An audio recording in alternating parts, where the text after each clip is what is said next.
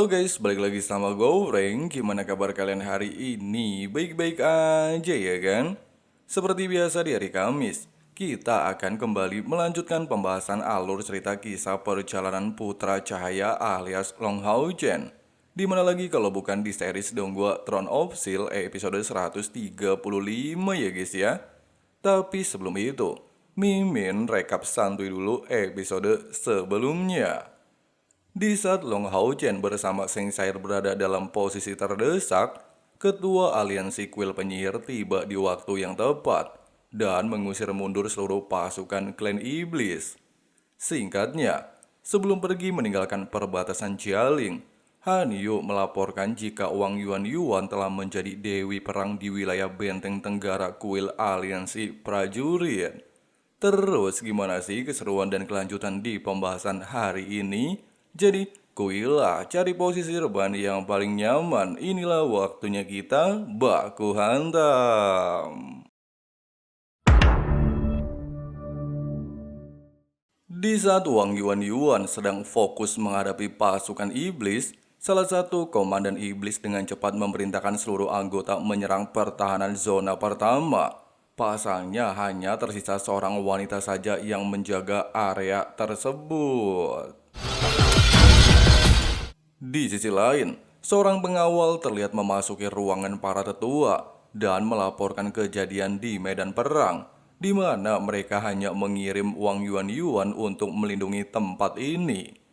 Ketua Q menjelaskan, Benteng Tenggara terletak di wilayah tenggara garis pertahanan aliansi, merupakan area yang mudah diserang dan sulit untuk bertahan. Terlebih lagi, situasi 5 zona besar sedang digempur habis-habisan oleh klan iblis, sehingga mereka kekurangan pasukan dan hanya bergantung kepada seorang prajurit bersama artefak rahasia energi batu spiritual yang ditinggalkan Panglima Ye untuk bertahan secara paksa. Meski hal ini sangat mustahil, namun Ketua Qi meminta seorang pengawal untuk santuy aja. Pasalnya dia sangat yakin dengan bakat Wang Yuan. Bahkan dengan julukan sebagai Dewi Perang, dia pastilah mampu mengatasi ratusan pasukan iblis seorang diri. Di waktu yang sama, melihat situasi benteng pertahanan mulai tidak terkendali, Wang Yuan secara paksa melepaskan teknik pedang darah untuk menjaga area zona pertama dari gempuran pasukan iblis.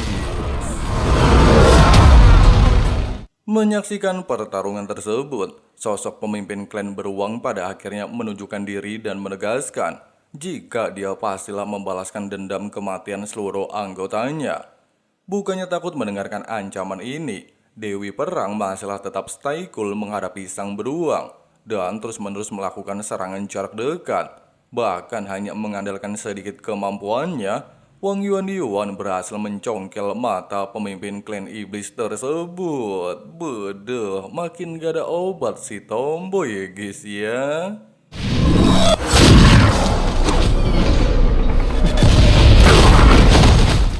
Merasa muak atas tindakan barusan, pemimpin beruang tanpa pikir panjang segera memerintahkan seluruh anggota untuk menyerang dan merenggut nyawanya.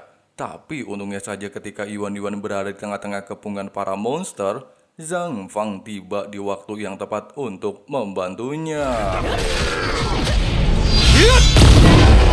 Walaupun kemunculan Zhang Fang mengejutkan Teteh Yuan, tetapi Zhang lantas menjelaskan, setelah dirinya bersama anggota lain berhasil membersihkan zona ketiga dan tanpa sengaja mendengar ada keributan, dia segera membawa anggotanya pergi ke lokasi ini. Sehingga hal itulah yang menjadi alasan kenapa Zhang Fang bisa sampai di zona pertama. Mendapati penjelasan tersebut, baik Wang Yuan bersama Zhang Fang lantas memulai pertempuran dan mengombinasikan seluruh kekuatan mereka untuk menghabisi pasukan iblis.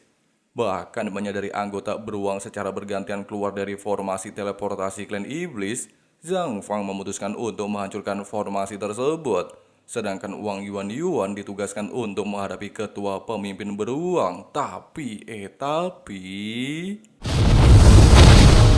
pada awalnya, si beruang beranggapan Dewi Perang telah tewas di tangannya. Tapi fakta berkata lain, di mana ternyata Wang Yuan berhasil memblokir serangan tersebut dengan perisai miliknya.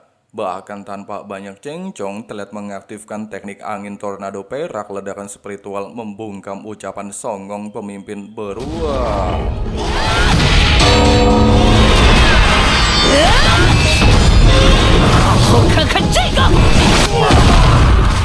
Lagi dan lagi, bukannya mengakui kekalahan, si beruang lantas menegaskan, meskipun tidak berhasil mengalahkan Dewi Perang, tetapi dia berniat menarik uang yuan-yuan bersama anggota lain mati bersamanya. Sehingga pemimpin beruang secara paksa menggunakan teknik terlarang yang disebut pembakaran tubuh pembantaian.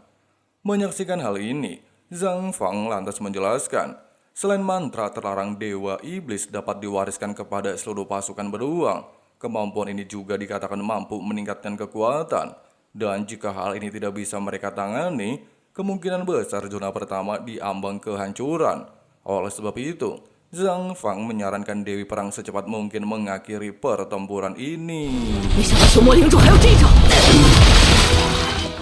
Merasa kesulitan menghadapi teknik mantra terlarang mulai menyebar luas di area ini, serta mereka juga tidaklah mungkin bisa terus-menerus bertahan di bawah gempuran monster beruang. Dewi Perang meminta Zhang Fang bertarung secara terpisah. Dengan begitu mereka bisa membantu 3 zona perang.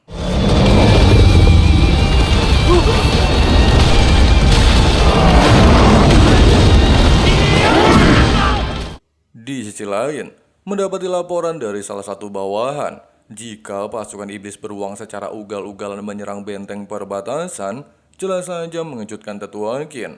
Pria ini melanjutkan, walaupun zona pertama dan ketiga sudah berhasil dibersihkan, namun pasukan klan beruang tidaklah mengendorkan serangan, bahkan hampir mendekati area batu energi spiritual. Perkataan ini sontak saja membuat Ketua Qin ketar-ketir. Pasalnya jika batu energi spiritual benar-benar hancur, kemungkinan besar pasukan klan iblis akan segera memasuki area kota, dan bisa saja tidak ada satu orang pun yang bisa melarikan diri. Mendengarkan percakapan tersebut, sosok tetua bernama Lauren pada awalnya ingin turun langsung ke medan perang, namun Ketua Qin dengan cepat menghentikannya, dengan alasan Lauren sudah bertarung selama berhari-hari melawan gempuran klan iblis. Oleh sebab itu, Ketua Qin bertujuan untuk pergi ke area medan perang. Namun belum sempat meninggalkan ruangan, salah satu bawahan melaporkan jika bala bantuan sudah tiba.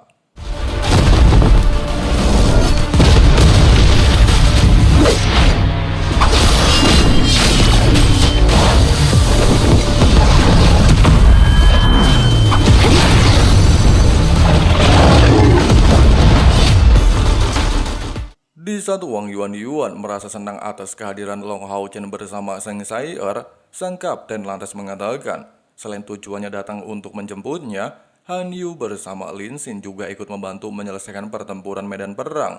Bahkan dengan kombinasi serangan api ponik bara langit dan teknik kurungan tanpa batas milik Han Yu, mereka berhasil mengalahkan pasukan iblis tingkat kroco.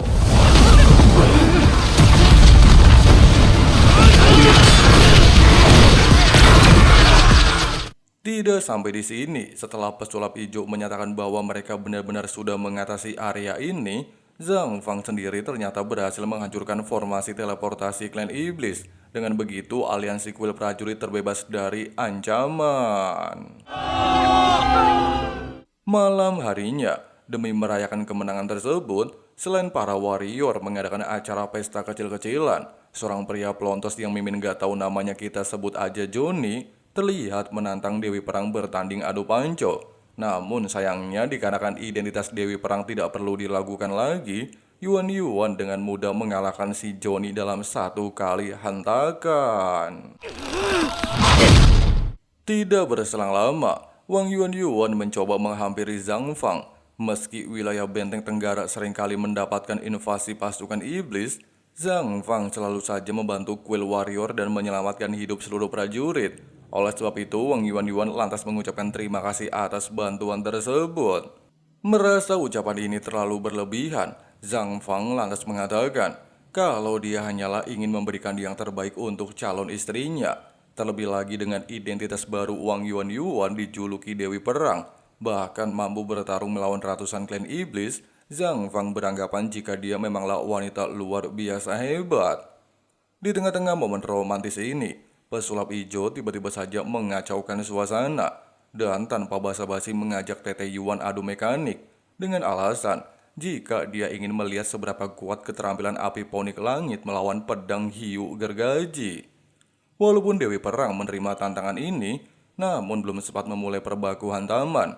Ketua Qin bersama Tetua Lauren terlihat menunjukkan diri, serta meminta kedua orang ini untuk menghentikan pertarungan. Selain mengucapkan terima kasih atas bantuan kelompok Hao Chen, Ketua Qin bertujuan untuk mengajak Hao Chen memasuki ruangan. Pasalnya ada suatu hal penting yang harus mereka diskusikan. Setibanya di dalam ruangan makan, Ketua Qin beranggapan jika pertemuan ini adalah sebuah takdir, di mana Hao Chen datang di waktu yang tepat. Oleh sebab itu, demi membalas semua jasanya, Ketua Qin pada awalnya bersedia menyerahkan kursi kepemimpinan Kuil Warrior kepada Long Hao Chen.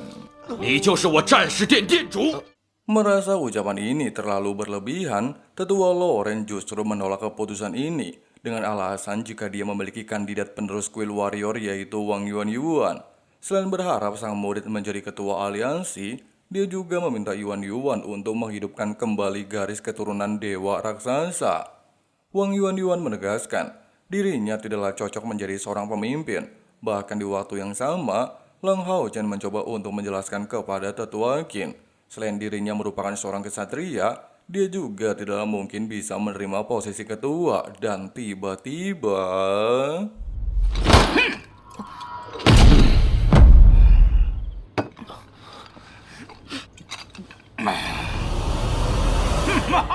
Di tengah-tengah situasi penuh tanda tanya, baik Lauren bersama Ketua Qin justru meminta Hao Chen untuk santuy aja.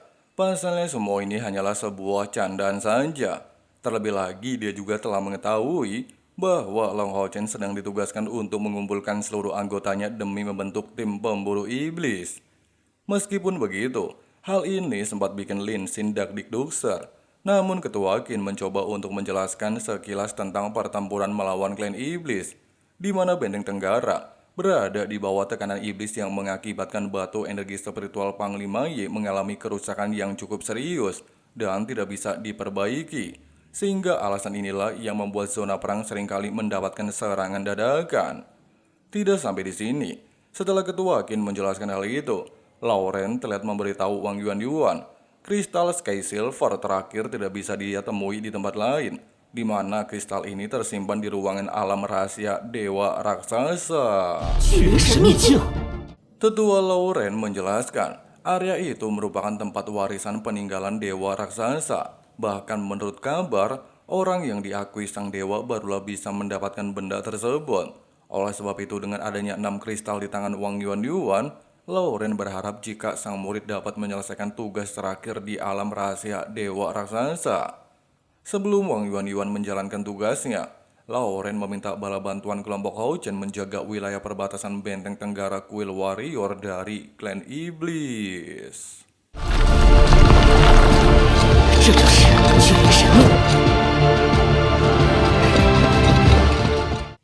Nah, seperti itulah alur cerita kisah perjalanan ke Satria Tampan episode 135-nya. Bagaimana guys pendapat kalian? Coba tulis di kolom komentar ya. Oke lah, mungkin segitu dulu untuk pembahasan kali ini. Terima kasih banyak banget buat kalian yang udah nonton videonya sampai habis. Di sini Abang Frank mau lanjut ngopi santuy dulu. See you and bye-bye. I always fought just to wear the crown. I'm off at these fucking clowns who were all taught they deserve an ounce. It's only worth it if you work for it. It's only worth it if you work for it. I won't stop till they hear me now. I won't stop till I wear the crown.